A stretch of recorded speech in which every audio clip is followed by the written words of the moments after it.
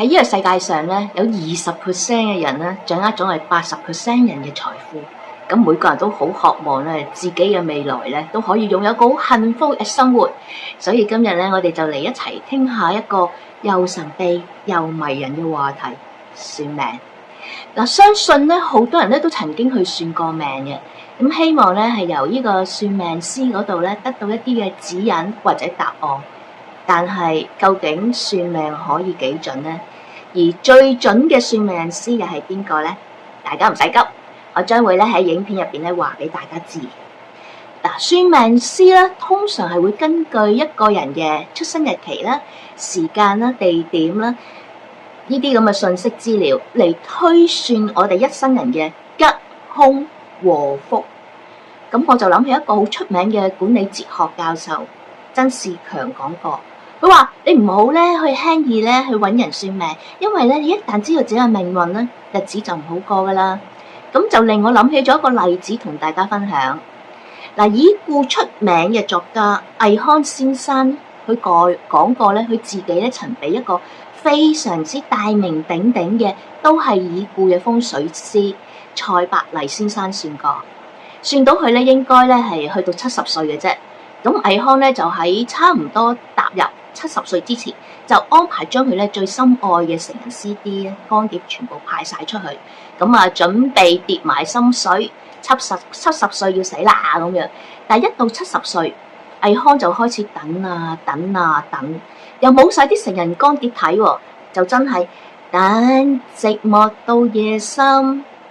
嗱，而倪匡最終咧係享年到87歲嘅。咁點解蔡伯黎先生算唔準呢？唔同嘅算命方法咧，都係由我哋嘅始創嘅屬性，包括男仔女仔啦、出生日期啦、地點啦開始算。而呢啲嘅始屬創嘅屬性咧，就係 Matrix 嘅代碼。我有冇聽錯？乜 Matrix 唔係荷里活嘅電影名嚟嘅咩？係，你冇聽錯。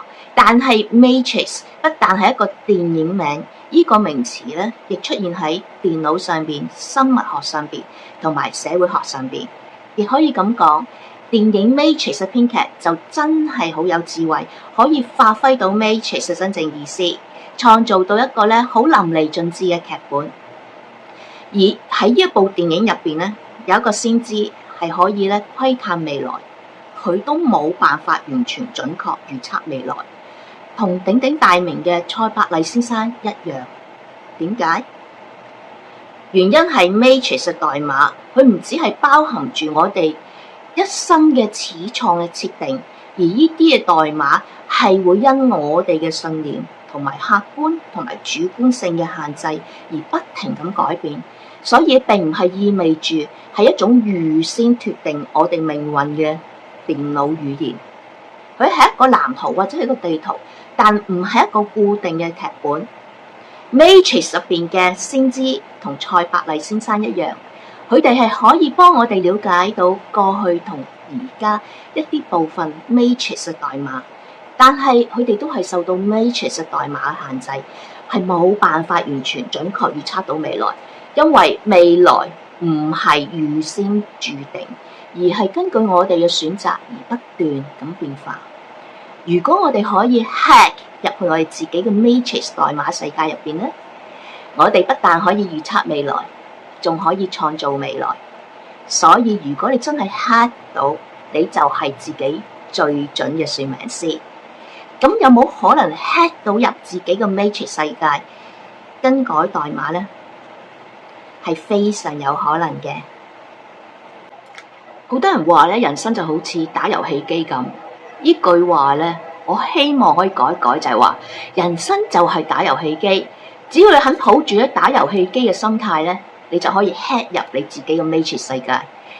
我哋而家就一齊用一個任天堂嘅遊戲，叫做《曠野之息的海拉爾世界》，嚟檢視下我哋嘅 Matrix 世界，同埋點樣 hack 入去我哋嘅 Matrix 代碼。曠野之息嘅海拉爾世界就係主角林克嘅 Matrix 世界，亦等於係我哋嘅 Matrix 世界。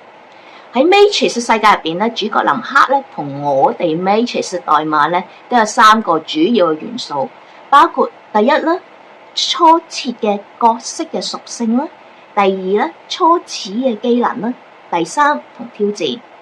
嗱，首先我哋而家咧就一齊檢視下我哋自己個 Matrix 嘅代碼。你咧而家可以拎支筆啦同張紙出嚟，跟住我以下嘅影片內容咧嚟去剖析下自己個 Matrix 嘅代碼。嗱，初始角色咧，除咗係我哋嘅性別啦、出生日期啦、出生地點啦，仲有其他嘅。你可以咧睇下你自己有幾多分。嗱，分上4個級數，0啦、1啦、2啦、3。嗱，大家可以咧好誠實咧俾自己分數嘅，因為咧 Matrix 嘅代碼就係要檢視我哋嘅限制同潛在嘅可能性。你越誠實去面對自己咧，你就越容易 hack 入去你自己嘅 Matrix 代碼，改變現實嘅處境，創造你想得到嘅嘢。林克嘅生命值就係等於我哋能夠去管理我哋內心壓力嘅程度。如果凡事你都好負面嘅，覺得冇得救嘅，你俾0呢粒星俾自己啊！0呢粒星唔代表係最差，只係表示呢個係你嘅開步點。如果你對任何麻煩事咧，你都覺得一定可以解決到嘅，將內心嘅壓力咧轉化為咧一個主動解決問題嘅信號咧，你就可以俾到自己最高3粒星。但係咧，大多數人咧都係滑流喺中間位1粒或者2粒星嘅。好啦，第二，林克嘅耐力咧就等於我哋對處事嘅耐力。如果你凡事咧都虎頭蛇尾嘅，就俾0嘅粒星俾自己，呢個係代表你嘅 starting point。如果你凡事都好有耐力去處理，你就可以俾到自己最高3粒星。第三，林克嘅攻擊力咧就等於你喺社會上你有幾多把刀。咁我個人發展咧，其實係可以係包括你學歷啦，或者你其他嘅技能啦。如果你喺社會上面好食得開嘅，你就可以俾到自己最高3粒星。第四，林克嘅防禦力就係話，當我哋被傷害時，你會有咩反應？如果你唔會感到情緒波動，而且好冷靜去分析嘅，你就可以俾自己最高3粒星。但如果你係會即刻情緒崩潰，根本冇辦法去平靜自己情緒咧，就俾0粒星俾自己。0粒星就係你開始嘅 starting point。而家我哋跳入 Matrix 代碼第2元素，初始機能。第一，林克嘅基本攻擊咧就等於，例如我哋俾人恰到上心口嗰時，你會有咩反應呢？你會因為怕多事麻煩唔出聲，就俾0粒星俾自己。如果你話我根本就唔怕麻煩嘅，亦唔會息事寧人，我會用理性去維護自己嘅名聲嘅，咁你就俾3粒星俾自己。嗱，第二，林克嘅防擊力就等於你會唔會俾人為所欲為，唔識 say no， 咁就0粒星啦。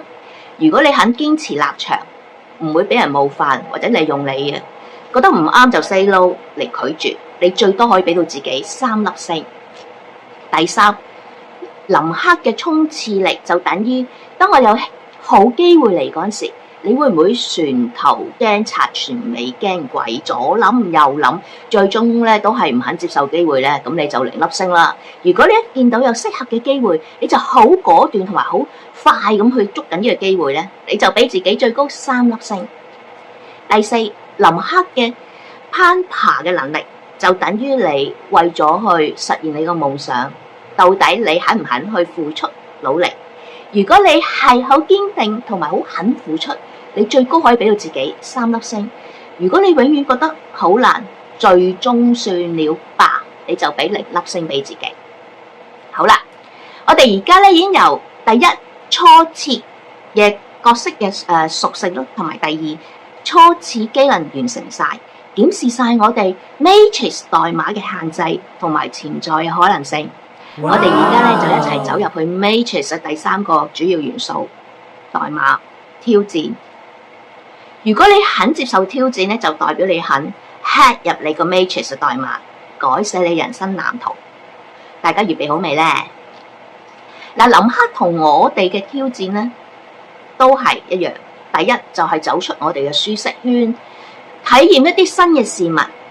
如果你而家工作好苦悶，你又肯唔肯例如花啲時間去預備去揾另一份工作呢？又或者如果你係一個經濟穩定嘅家庭主婦，你又願唔願意繼續去發展自己嘅興趣呢？第二，你又肯唔肯去面對恐懼同埋挑戰？例如揾工嗰時，可能將來嗰份工呢，你覺得有挑戰，但冇而家呢份工咁穩定嘅喎。又或者你要花時間去專注去發展自己嘅興趣嗰時，可能咧會惹到你屋企人咧好唔開心嘅喎。你又肯唔肯去克服呢啲未發生但係可能會發生嘅恐懼呢？同埋有勇氣去處理好呢？第三，你肯唔肯可以唔好只係用自己嘅立場去考慮問題，而用多方面嘅立場去思考，用一個 critical thinking 去處理問題呢？其實思考問題嘅目的就係要去解決問題嚟達成目標嘛。所以判邊個啱邊個錯其實唔係最重要嘅。例如你個仔成日駁你嘴，你會唔會肯吞咗一條氣先，諗下點解個仔駁你嘴？其實佢駁你嘴嘅內容唔係最重要，而係駁嘴可能係一種敵對嘅語言嘅表態。咁你就要諗下點解個仔會對你敵對啦？佢到底係唔係喺反叛期啊？或係佢覺得你成日都理解唔到佢呢？咁你諗下應該點樣同佢修復呢個兩個人嘅關係？第四，打敗自己最強嘅敵人。我哋最強嘅敵人絕對唔係任何嘅競爭者，係我哋自己。我哋所有任何一件負面嘅思維，都會喺我哋個腦放大嘅負面能量。喺我哋個腦入邊嘅負面嘅感覺嘅破壞性，係比正面嘅感覺係大3倍嘅。例如你講一句，我覺得自己好蠢，再講一句，我覺得自己好叻，你會相信你自己好蠢嘅，因為你個腦已經放大咗3倍嘅啦。咁所以你應該係話，你可唔可以去正面啲去諗嘢呢？或者當你失戀嗰時，你會覺得世界係冧咗呢？你或者你會唔會係認為，我自己又展開咗另外一個新嘅世界呢？咁當林克接受挑戰嗰時，就代表佢要 hack 入去自己個 Matrix 代碼嚟改變自己嘅生命藍圖，海拉伊世界。我哋想 hack 自己個 Matrix 代碼，創造未來，就要同林克一樣，要進行4步曲。第一，首先我哋要專注自己內心個探索同埋對生活嘅態度。林克就去揾神廟啦，咁我哋就要去揾一啲心靈嘅知識，而呢啲嘅知識咧，你係可以由各式各樣嘅正宗嘅宗教，我指嘅唔係一啲個人崇拜嘅邪教，又或者係啲正宗嘅冥想課程，或者其他國際上出名而冇醜聞嘅真正嘅心靈大師嘅課程，又或者一啲有益嘅書本啊，或者影片而開始。而第2部曲就係話，我哋要專注內心探索嗰陣時，就會更加了解我哋內心入邊嘅恐懼同埋所有不安嘅感覺，因而可以培養一啲正面嘅思想同態度，就等於林克去克服神廟嘅挑戰。第3部曲要培養自己一種感恩嘅感覺同埋態度，就好似林克去收藏嗰啲 cordon 嘅種子嗰時，令到我哋對好多事都會好充滿感恩同埋多過埋怨。你越多感恩嘅感覺咧，咁你嘅做事嘅成功率咧，同埋嗰個積極率咧，都會咧拉高嘅。第4部曲就係正如林克去掌握一啲多功能嘅工具，我哋都要掌握到一啲學習到新嘅技能，例如我哋要正念思考啦，又或者例如有啲帶開水晶嘅朋友，佢要學識佢點樣真正同水晶連結，幫助自己咧更有效咁樣去輔助自己去 hack 個 Matrix Code， 真正創造自己嘅未來。所以如果你屋企啲小朋友中意打機咧，呢個真係唔係一個壞事。你真係要鼓勵你嘅小朋友咧，努力啲打好呢個機，從而鼓勵佢將佢哋打機付出嘅努力放喺佢自己人生目標上面。